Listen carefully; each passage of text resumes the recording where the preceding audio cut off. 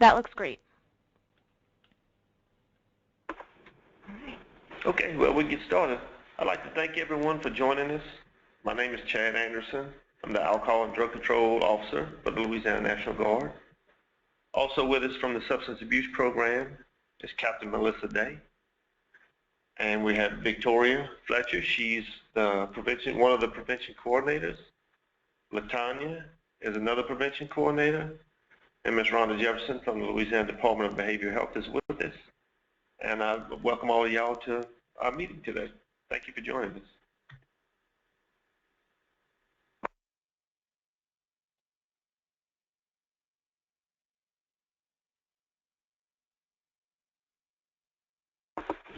Okay, I'd like to start with the SASI services, which is the Substance Abuse Services Initiative. And we're trying to present it in a way that decreases the stigma associated with seeking treatment. We'd also like it to be geographically accessible and the Louisiana National Guard service members community, the way it doesn't force them to drive a long distance. We'd like for it to be culturally relevant to meet the specific needs of our Guard service members, and it's supported by vouchers from the Substance Abuse Services Initiative, and it eliminates financial burdens upon the soldiers. Okay, commanders, ADCO, and PC involvement. The commanders or the designated representative should remain engaged in the referral process by reaching out to the soldier to ensure accountability with appointments and talking to the soldier about progress and the benefits of intervention. The contractors, which is myself, Victoria, and LaTanya, are implementing the SASI program by staffing one ADCO, Alcohol and Drug Control Officer, that is me, and provide subject matter expertise and guidance on the Army regulation, which is AR 600-85, which is the Army regulation covering substance abuse. And staffing at least one prevention coordinator. We've been blessed we have two to facilitate the entire process of working with y'all. Why is the SASI programs needed? Louisiana National Guard does not have the resources to offer soldiers who may have substance abuse related concerns resulting from combat or state active duty. As members of the community, the soldiers must seek services within their civilian community. These services may not be easily visible, accessible, or geared to the specific cultural needs of the Louisiana National Guard soldiers.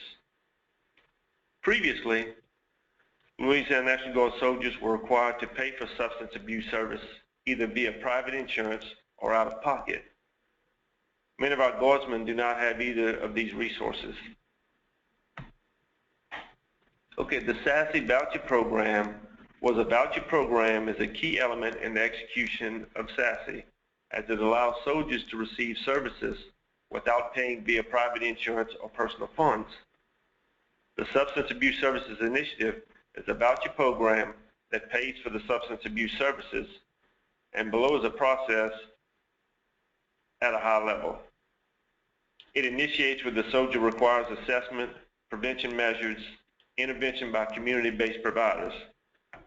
The soldier makes contact with the prevention coordinator. The prevention coordinator sends the voucher to the provider, and the ADCO and PC ensures funds are programmed, properly executed, and accounted for.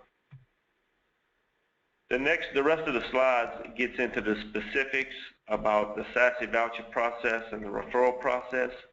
And at this time, I'm going to turn it over, and Ms. Victoria Fletcher is going to do the rest of the slides and explain the voucher process, the referral process, and how the referrals are tracked and paid.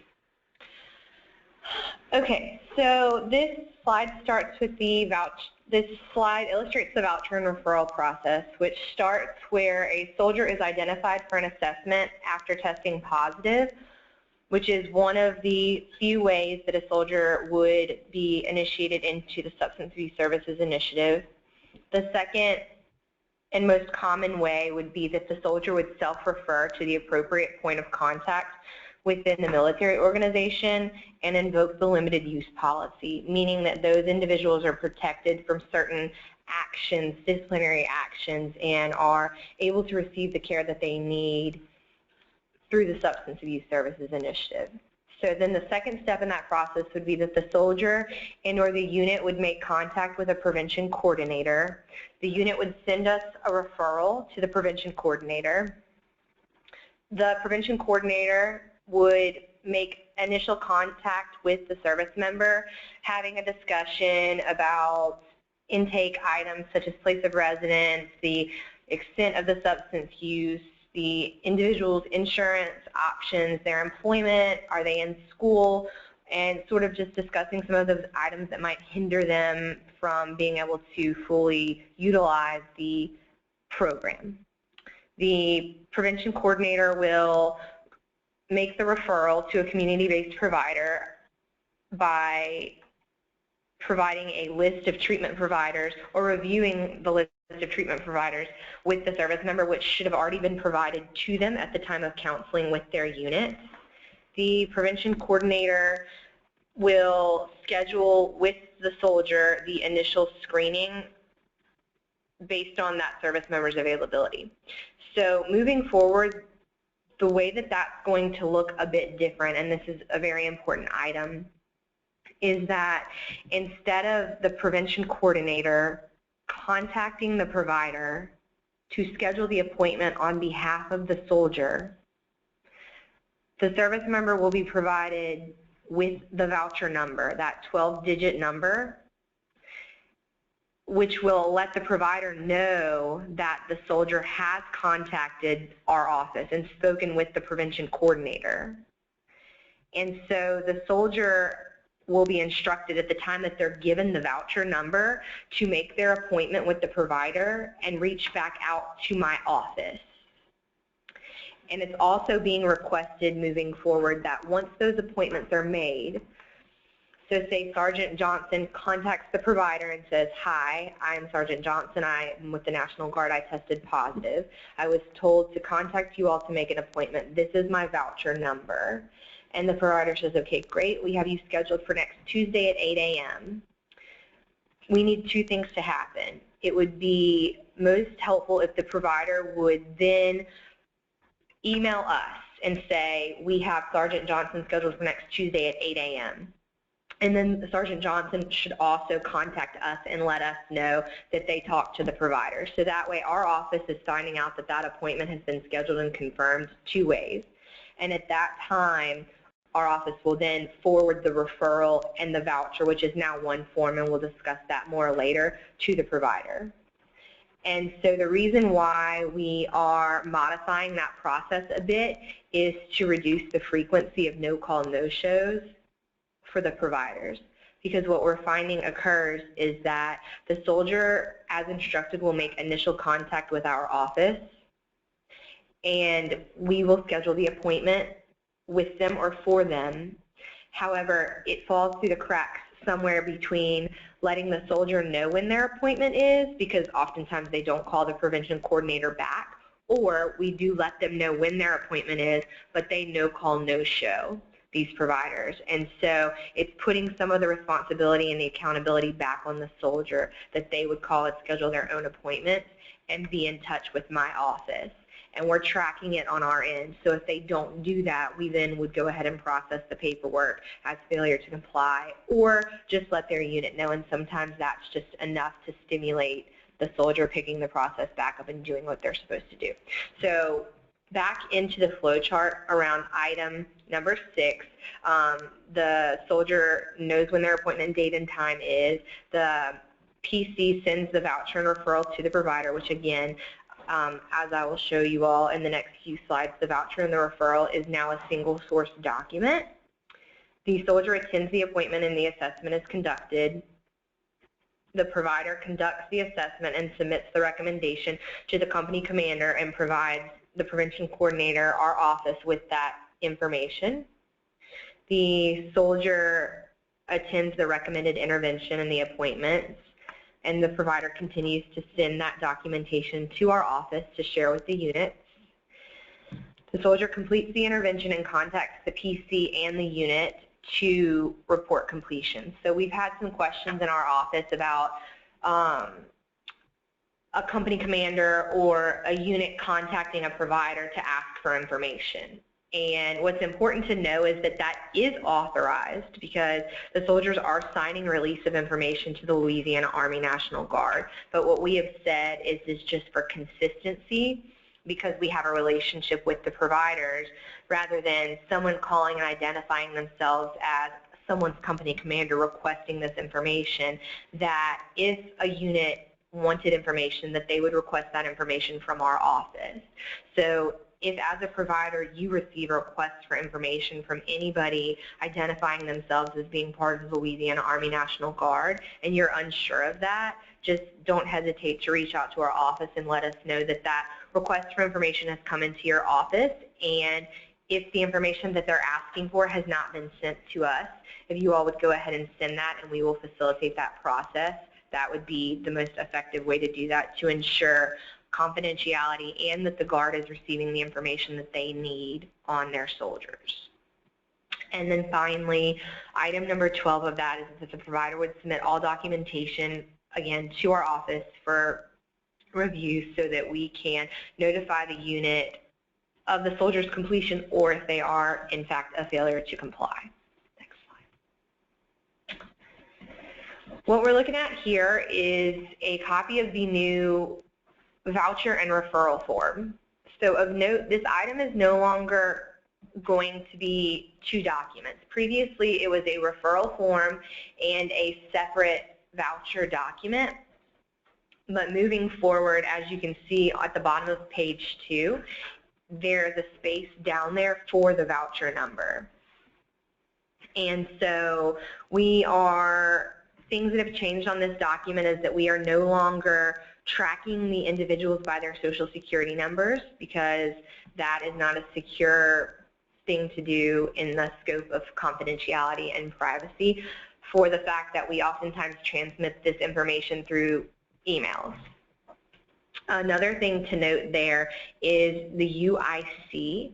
That simply stands for Unit Identification Code. That's going to be a series of letters or numbers that lets the Guard know which specific unit that soldier belongs to. The only reason why that is important is because as a provider, you would need to copy that information off of this referral form onto one or two of the other documents that we're using to track the interventions.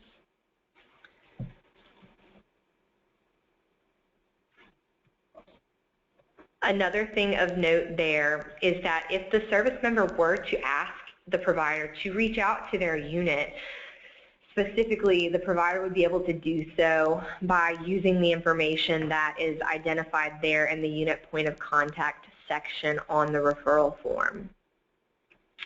And again, noting that at the bottom of the second page, there is a place there for the voucher. The way that the provider will know that that has been done is when our office finds out when the appointment has been scheduled and confirmed, we will place the voucher number there and identify the provider selected and send that out. Lastly, you will notice at the bottom of the second page an item that says R2PTO code. Again, that is simply a series of numbers, a code that is part of the Federal Services internal tracking procedure. And so just being aware that that is where you will find that information, so that on the subsequent tracking documents, you would know to go back and find that information on the referral voucher form to put it on follow-up progress notes and discharge summaries and or failure to comply notifications. Next slide. What we're looking at here is the initial screening status report. Not much has changed on this document from the previous version, other than that the design is just developed in a way that would help everything look similar. It should be sent to, this form should be sent to the prevention coordinator after the assist and or the ASI is completed. Again, this document no longer tracks social security number. It uses the R2PTO code, which can be found on the referral voucher form. Importantly, it has added a space for the number of recommended interventions and the estimated cost of the care for that service member.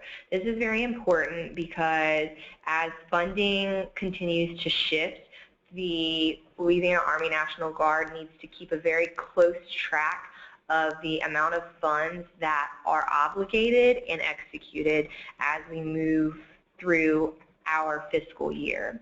And so once the initial screening report is sent to us, once that initial assessment is completed, when our office receives this document, if each provider has been diligent in providing us just their best guess estimate on that information, it will allow us to provide our financial officers with the information that they need to accurately track and report that data to our state points of contact.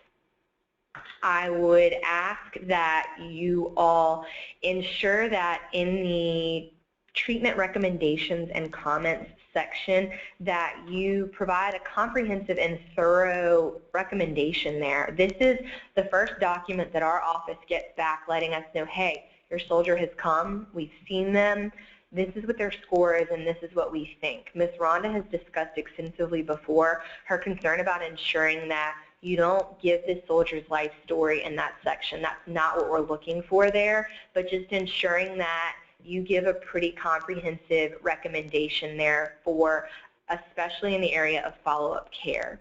So for example, if an individual is not an appropriate fit for SASI because they score high on the assist, then there are other options that are available.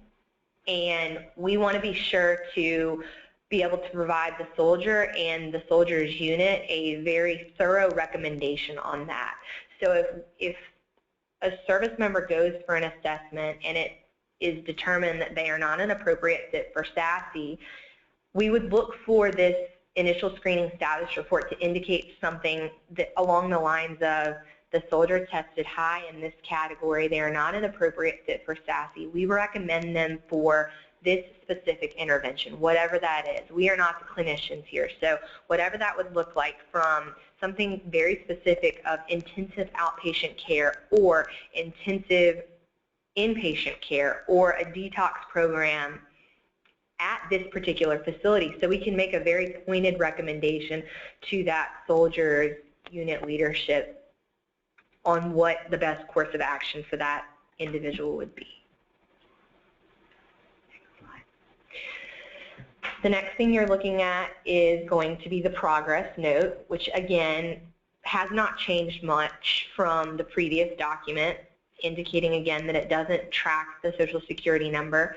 An item of note here is that it no longer requires the signature. So what we were running into before was the providers were going in and completing some of these digitally or some of them handwritten. It was a mixture of both. But even if they did complete the document digitally, they were having to, in a position where they had to print the form out, put their signature on it, and then scan it back into us. And so it's our hope that in keeping this digital and allowing a space for signatures on the sign-in sheet, so we'll still get that signature, that it would make this process a little easier for the providers and allow us to keep this process a bit more digital moving forward. We would just ask that you ensure that the note is complete with the date and the time of the next appointment.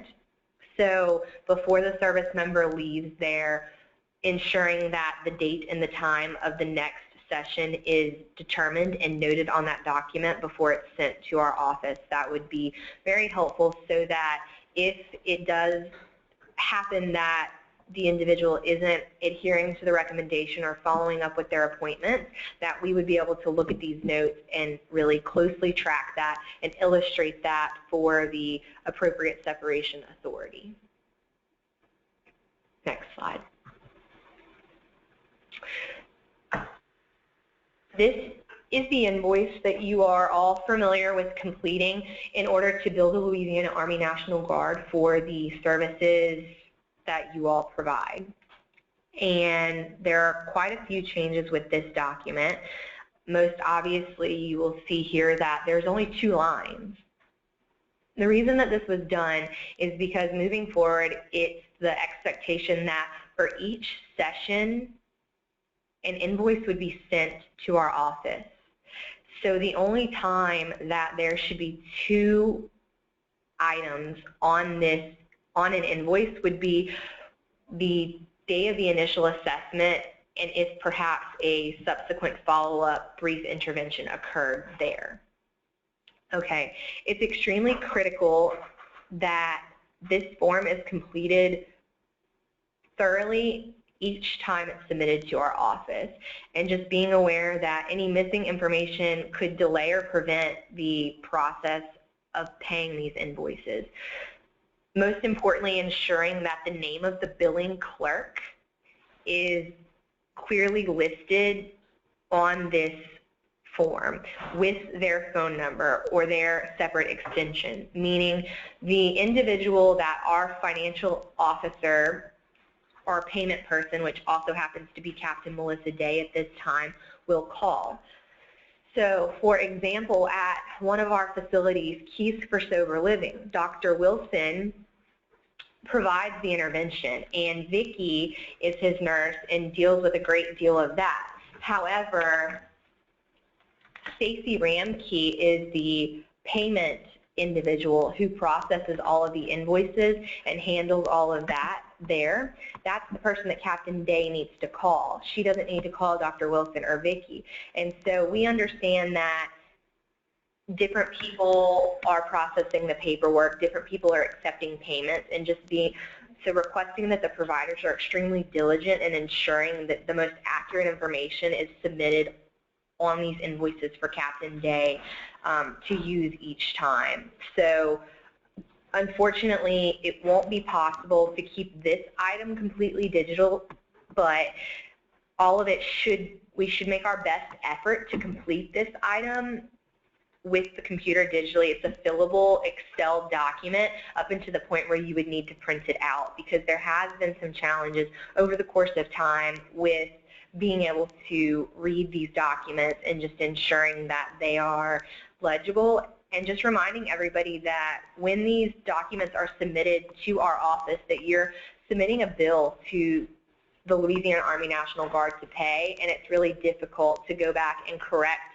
an error if the Guard were to overpay. It's quite difficult to correct those things, and so we can avoid errors of that nature by ensuring that we just complete these items as legibly and thoroughly as possible. Also, just note that the invoice did previously track the voucher number and the soldier's name, the date of service, start time, end time, etc.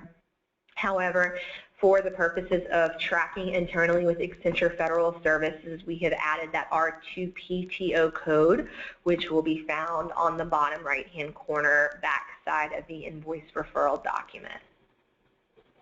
The invoices that are submitted for each session with a progress note and a sign-in sheet will be submitted to our payment officer and will be gathered up and paid one time at the end of each month. Next slide. The document you're looking at here is the discharge summary, which also has not changed much. It is the item that is intended to be used to indicate completion of the recommended intervention or lack of completion of the recommended intervention. So I've received some questions about when to use the discharge summary or how to use the discharge summary. So if an individual is referred and they come in for their assessment and it is determined that they are not an appropriate fit for SASI due to their score, the provider would complete the initial screening report with a brief comment, and then they would go and pull a discharge summary and complete a discharge summary as well, indicating that the soldier was not an appropriate fit, etc. So just knowing that if they're not an appropriate fit, that the discharge summary would be used. When they have successfully complied, the discharge summary would be used. And again, noting that that R2PTO item is on there. This form now asks for the date of the initial assessment. So when did they come in for their assist and or their ASI? And it asks for the provider to list each of the dates of intervention, so that for tracking purposes, we would be able to go back and pull invoices and ensure that if it said that they came 5 times, that we have 5 invoices and that all of that matches up, because mistakes do occur. But again, just being able to track all of that and have the smallest opportunity for there to be an error with the billing or with not providing payment to a provider in a timely fashion. Next slide. And finally, this is the failure to comply notification. Same document as previously used. However, it gives the provider the opportunity to indicate, did the service member fail to report for their initial screening appointment, when the date of that was, their method of contact, which was previously on there, as well as a note. And so that might be the place where it would be most appropriate for a provider to indicate that the service member called on this day and said they were going to be 20 minutes late but never showed up, or they have called and rescheduled 5 or 6 times. So really use this space on the failure to comply document to spell all of that out, so that when our office reaches out to the units or the company commanders to let them know, hey, your guy didn't do what he was supposed to do. He was afforded this many opportunities. But the voucher hasn't expired yet. Do you want to reinitiate, or do you guys want to go ahead and cut him loose and go ahead and let the appropriate separation authority know? So it's prudent for the providers to be as thorough as possible in documenting all of that, so that that can be used to either help or go ahead and separate the service member if necessary. And lastly, the sign-in sheet, which I would say looks the most different. It's got some places up there at the top for the service member to sign and initial each appointment. And we think that's really important, because what those items up there say is, the soldiers initialing that they understand that it's their responsibility to keep all scheduled appointments, and that if they do need to cancel, that they should do so 24 hours prior to the appointment. So we're not wasting the provider's time with, with a service member no call, no showing them. That they're initialing that they understand that failing to keep their scheduled appointments could result in a failure to comply notification being sent, and that they understand that their signature on these documents indicates that they did go and do what was recommended, and that they also understand that it's their responsibility to keep up with our office and stay in contact with us, letting us know that they have attended their initial assessment and that they have completed the recommended interventions, and that upon discharge that they understand that it's their responsibility to call me and or their assigned prevention coordinator and make contact with us again. And it would just be requested. The reason why there's only one space down there is because we request that for every time a service member attends an intervention, that a sign-in sheet, a progress note, and an invoice would be sent to our office. And that is all we have on our end as far as the way that the process changed. Most significantly would be that the prevention coordinator will no longer be picking up the phone and asking a provider for an appointment for a service member. Moving forward, the provider should anticipate receiving a call directly from a service member who identifies themselves as a member of the Louisiana Army National Guard requesting an appointment for a SASI assessment.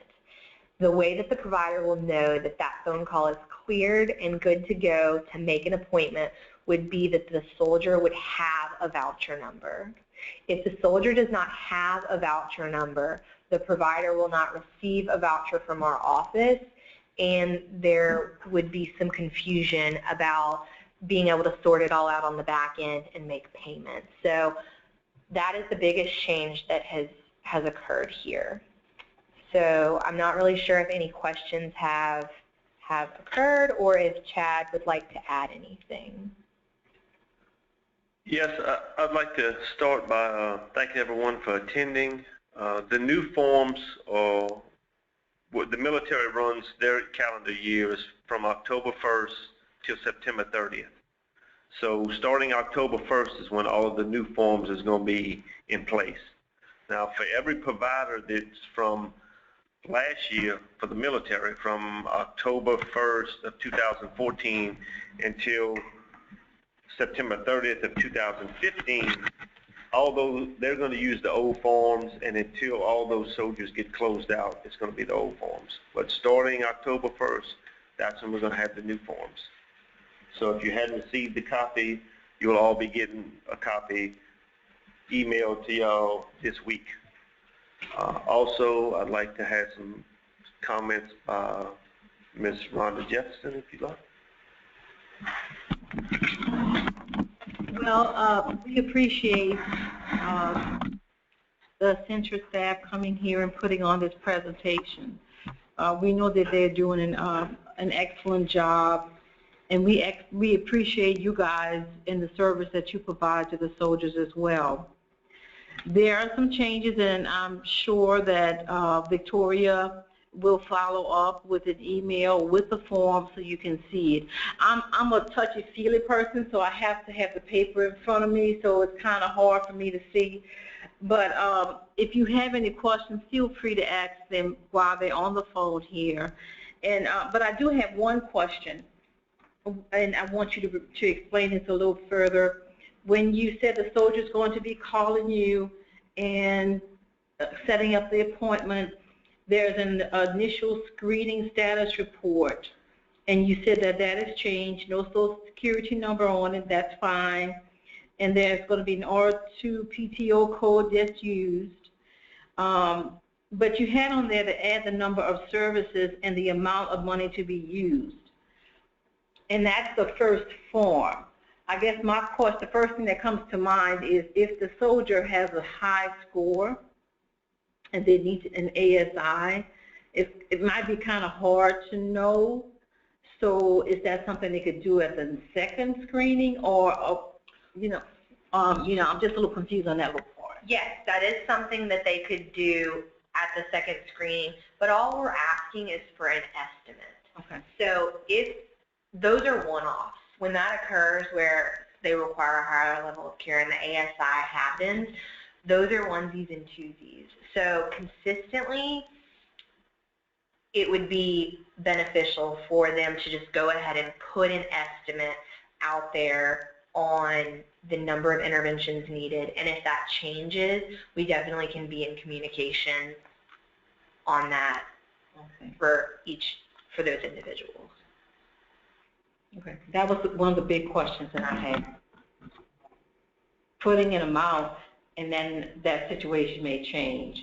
It's purely an estimate. Yeah, and I know it's an estimate, but if I'm putting that person needs 3 interventions based on the minimum needed, but then after I do an ASI, which is going to be a very thorough assessment of that person, I may say, well, this person really needs IOP, which can't be provided by SASI anyway. So, but I was just questioning that. Okay. We're here to work them through it and help them. And if there's any questions or if it changes or the requirements change, we can adjust and help them out. But I like the changes, and I don't know. Providers, do you have any questions at all on the call? You guys are the ones that are getting the calls and doing the work. So do you have any changes or concerns about any of the changes that's coming up? We do have 2 questions that came through the questions box. I can read the first one here for you. That is, what is DRU, and where do we receive the estimated cost of service from? The DRU is what they consider a direct reporting unit. It's a military acronym. It's the equivalent of a brigade headquarters. But that's how the state, it's just a higher entity, and that's how the state tracks it. And that item is found on the first line, third item of the referral form, but that is not an item that the providers would have to worry with knowing that piece of information. It's not tracked further on any subsequent document throughout that process. That's just presented to our office for internal tracking processes. On the question of how would the provider find out the estimated cost, that number simply will be derived based off of the number of interventions recommended. So knowing that a brief intervention is $50, if an individual required 4 of those, then the estimated cost of care would be $200 plus the cost of the assessment. Yes, the screening assessment, which is $75, plus if they need an ASI, then you would add that cost in as well. So that information can be determined by the provider simply knowing that the cost of the assist is $75, the cost of the ASI is $150, and the cost of a brief intervention is $50. So should you add that if that changes, the estimate changes, if it goes up, then they can just send you an email or something? If that changes, you all will have documented that in a progress note after the ASI occurs, and so we will just take care of adjusting that estimate on our end, as long as it's clearly communicated in the note. Okay, and then the second question is, just to make sure I understand, the current client continue with the old forms and the new clients will begin with the new forms, correct? That is correct. Okay, and I want to invite any other attendees to submit their questions to the questions box or chat panel. Okay, and while that's going on, I'd like to also introduce Captain Day. She runs the whole deal for us, and she is a substance abuse section officer for some comments. Hi, good morning. I'd like to thank you again for being here today, and thank you for all that you do for our soldiers. I am Captain Melissa Day, and my title is the Army Substance Abuse Program Officer, and I also have the lovely additional responsibility of being the billing officer as well. So many of you may have heard from me in the past when it comes to providing payment for these services for our soldiers. And I just wanted to reach out to you if you hadn't heard from me before, to say hello and to introduce myself and to say thank you for all that you do. Again, I represent the military side of the substance abuse program. Okay, thank you, ma'am.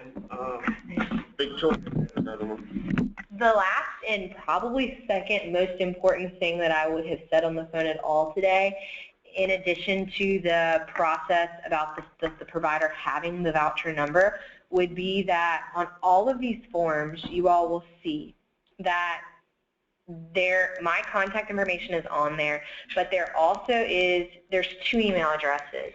There is the email address that has been used always, which is Accenture Federal Services. But moving forward, it is extremely critical that for every email sent to that Accenture Federal Services email, that you all would copy the National Guard SASI mailbox on that email. So those pieces of information are listed for you on every single form that is out there. It's on the voucher form, it's on the screening report, it's on the progress notes, it's on the failure to comply.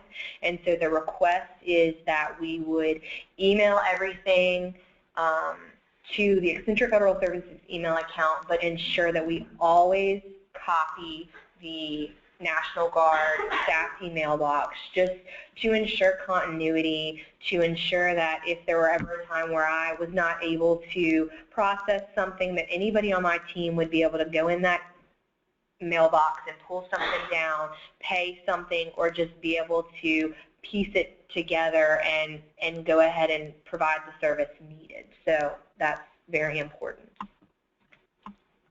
Okay, I'd like to also add, if any provider has any outstanding bills or any services ongoing, if they could submit an update as soon as possible. As I outlined earlier, the military runs from October 1st to 30th of September, so they've already closed out fiscal year 15 and we're into fiscal year 16. So there is some funds that are available for a small amount of time, but at some point it's going to be extremely difficult to make any payments for last year's services. So if y'all could please get those in as soon as possible, it would make providing payment a lot easier. And did they have any other questions, Sarah? Chad, we don't have any additional questions at this time. If anyone has additional questions, they can feel free to email them to info@ireta, that's ireta.org, and we can pass them along to Chad and Victoria after the webinar. And Victoria is going to check to see if there are any outstanding balances due, and we will be sending out an email to make sure that you are aware and get that information in so that you can receive your payment. That's it. Thank you all very much. Thank you.